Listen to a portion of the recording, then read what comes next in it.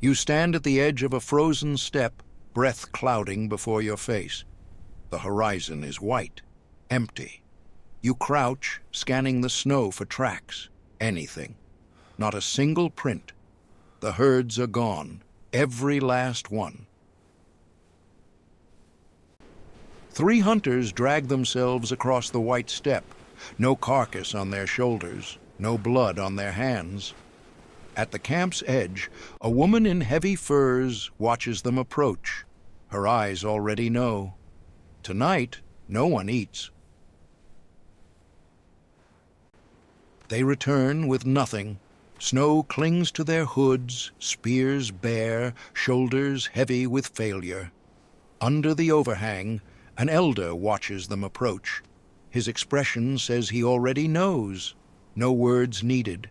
Empty hands tell the whole story. His fingers trace rough notches scratched into cold stone. Each mark is a day survived.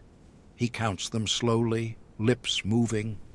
Behind him, the fire shrinks to weak orange coals. The woodpile is almost gone. Winter is winning. He stands at the edge of the overhang, breath curling white into darkness. Then he steps out. Snow swallows his wrapped feet.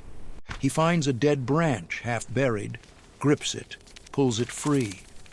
Without fire, this cold kills you by morning. You watch them kneel in the snow, scraping frozen ground with bare wrapped hands. A woman and a child, breath hanging white in the stillness. They search for roots, for anything buried. Each step farther from camp is a calorie gambled against hope. Dead branches hit the coals. Smoke curls, then a small flame catches. Orange light pushing back against the cold. 2 men sit close, hoods thrown back, staring into that glow. Neither speaks. The fire answers a question their mouths won't ask. A scrap of dried meat sits in his palms, barely a mouthful. He divides it without hesitation. The child eats first, lips closing around the morsel with desperate focus.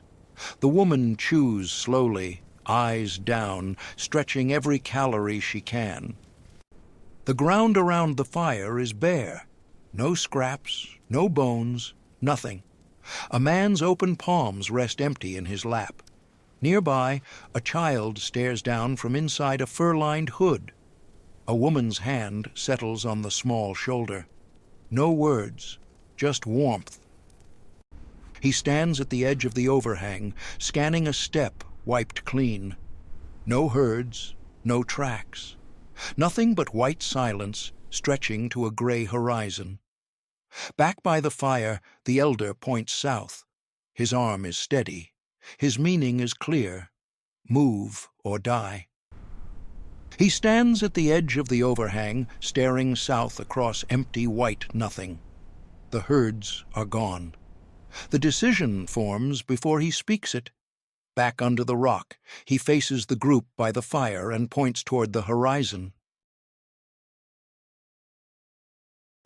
She kneels under the overhang, rolling smoke-darkened hides into tight bundles, hands quick, deliberate. Nearby, the elder laces sinew cord around his foot, wrappings with the slow care of a man who knows this journey will test every step he takes. His hide-wrapped foot stamps down on the last coals. Ash scatters. The orange glow dies. Then silence. The overhang stands empty. Cold stone, gray ash, no warmth left. They have abandoned this camp. The fire is dead. They are walking. They leave the overhang behind. 6 figures in stitched hides walk south across open snow, spear shafts over their shoulders, breath trailing white. One man's eyes fix on the horizon. In Satsurblia Cave, Georgia, people abandoned their territory for thousands of years. The child's legs punch through knee-deep snow, each step a battle. Breath pours from the hood like smoke. Ahead, the group stops on open steppe, crouching, gasping, no shelter anywhere, just gray sky and white earth stretching to nothing. They huddle around a fire so small it barely melts the snow beneath it. Shared hides, shared breath, shared silence. At gray dawn, they rise and walk south, silhouettes against an empty steppe where no animal moves. Then something changes. A dark smudge breaks the horizon. Distant trees, maybe shelter. One man stops mid-stride, grabs the other's arm. Fresh tracks in the snow. Large hooves. Something alive passed here and recently. Hope has a shape now. Two men peel away from the group, following tracks into the white emptiness. Behind them, a woman pulls a child close. An elder stands motionless, watching. Nobody speaks. Every calorie spent now is a gamble on meat that may never come. Two hunters crouch low, breath clouding the frozen air, following tracks pressed into fresh snow. One coils his body, draws back a flint-tipped spear, and throws. The shaft arcs forward. Both men freeze, watching, waiting. Everything depends on this single moment. The spear hits nothing but snow. The flint point buries itself at a useless angle, and the shaft stands there like an accusation. Two hunters walk back to the group empty-handed. No one asks. The faces already know. The elder's eyes hold no answers left. His breath clouds the frozen air between them. No plan remains. Only direction. South. The group rises and walks again, spears in hand, hoods drawn tight, pressing forward into empty steppe because standing still means death. This is what 6,000 years of silence looks like. In one cave in the Caucasus, archaeologists found people lived there, then simply vanished. No bones, no tools, no ash, just empty earth. The cold erased them completely. The second night, you press together under a single hide, sharing what little warmth remains. A child's face, barely visible beneath fur. By morning, the elder falls behind. The younger man stops, turns back. Nobody says it aloud. Everyone knows. The women melt snow in folded hides held near the flames. Every sip of water costs firewood. Nearby, a man stops walking and presses his hand against his ribs. He knows what thinning flesh means. His body is eating itself. Then something breaks the emptiness. A dark line on the horizon, trees.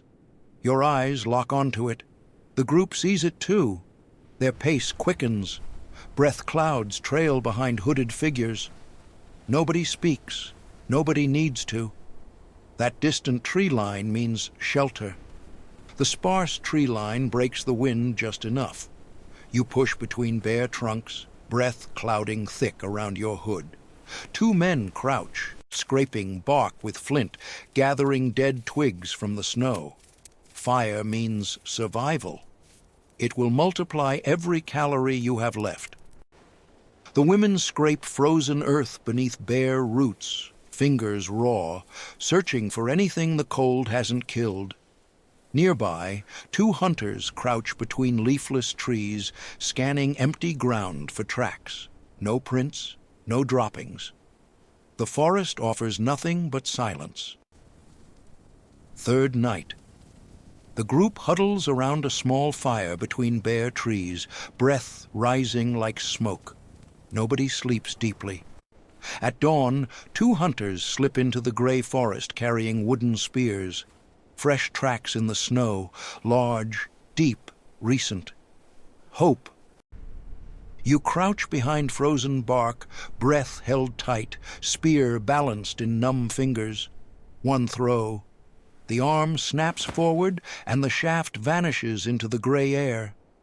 Now you wait, motionless in the snow, listening for the sound of something falling. They stand over the fallen reindeer, and the relief hits like warmth. No shouts, no celebration, just breath. Then they lift it between them, hooves dragging through snow, carrying hundreds of calories of marrow and fat back toward the living. The woman places a small piece of cooked meat into the child's waiting hands. Around the fire, the whole group eats in silence. No cheering, no feast, just the quiet, profound relief of people who know exactly how close they came. You stop at the tree line and look back. The steppe behind you is nothing but white silence stretching to the horizon. No tracks, no herds, nothing followed you south. You turn away and help spread smoke-darkened hides between the roots. The elder speaks low, firelight cutting deep lines across his face. His hand moves slow, mapping something only memory holds. The younger man listens without blinking. Then the camp sleeps. Real sleep, not the frozen half-death of the open steppe. The steppe stretches white and empty. No tracks, no shadow of anything alive. Just snow and silence pressing down to the horizon. Then firelight. A child's face glowing amber beneath a fur-lined hood. The same instinct that kept them burning keeps you reaching for warmth tonight. Behind them, the abandoned overhang sits silent under snow. Cold ash in a dead fire ring. No one will return here for thousands of years, but ahead, between dark trees, their fire still burns. They are still here. They survived.